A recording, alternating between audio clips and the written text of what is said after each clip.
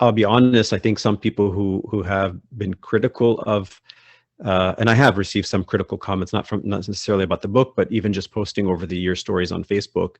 Some people have commented, even clergy, that, oh, we don't need miracles. We just need faith, and people are running after miracles. And my comment is, I think you're missing the story then, because the miracle is there. Yes, oftentimes the miracle is there, but if you don't see beyond the miracle to, again, the characteristics of the saint himself, or sort of the beauty of the encounter, to me, this story, for example, of the man who makes falafel, right? I mean, it's a beautiful encounter of this humble falafel, sandwich maker in the midst of, a crowd of people, and sort of the patriarch's entourage who are telling him that there's this big feast being prepared for him.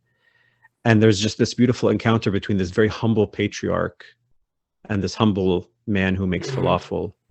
And the patriarch finds great pleasure in rejoicing the heart of this falafel, food stand owner, or a restaurant owner.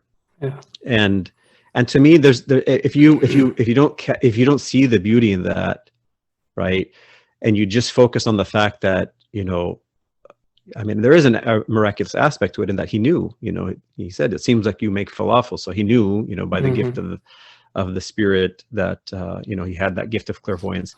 But if you just look at that and say, oh, it's just another, story of a miracle of clairvoyance, again, I think you're missing what I'm hoping the reader will capture, right. or will, yeah. Do you think that criticism actually is even valid, that these kind of stories might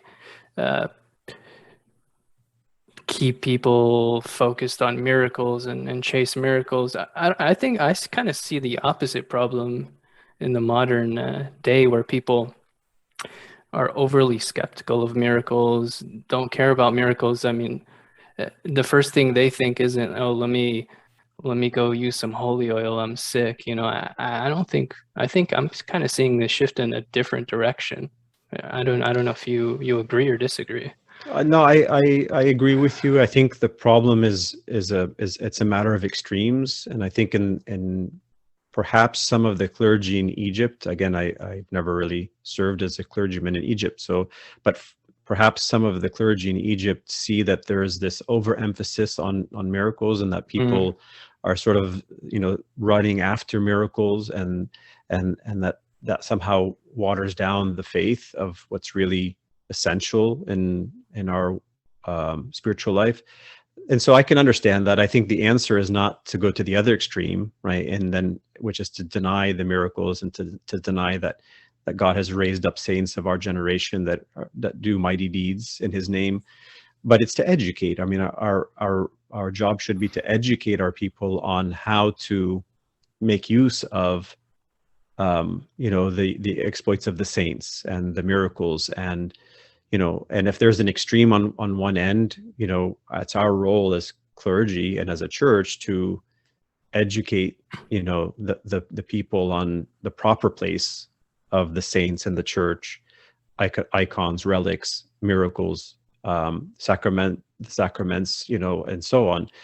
So I think you're right, though. In the West, we could have, we went to another extreme, which is a sort of denial of the supernatural.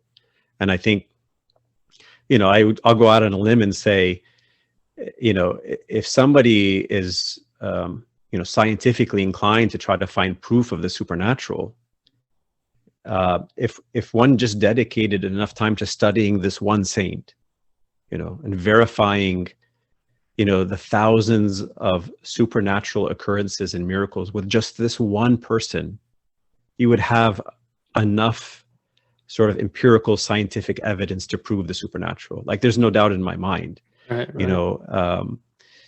So in that sense, I agree, and I think Father Raphael of Amina, in a recent interview with the Dawood Lamai, he defended the importance of miracles, and he spoke about in Acts chapter 4, the apostles are praying, they're saying, Lord, as you send us out to the mission field, give us the power to do signs and wonders, that'll help us to that'll pave the way for us to preach the word and people will receive the word.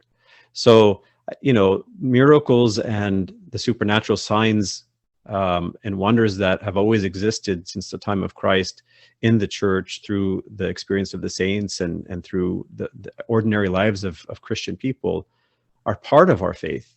Again, we have to educate ourselves on, the proper context and priorities.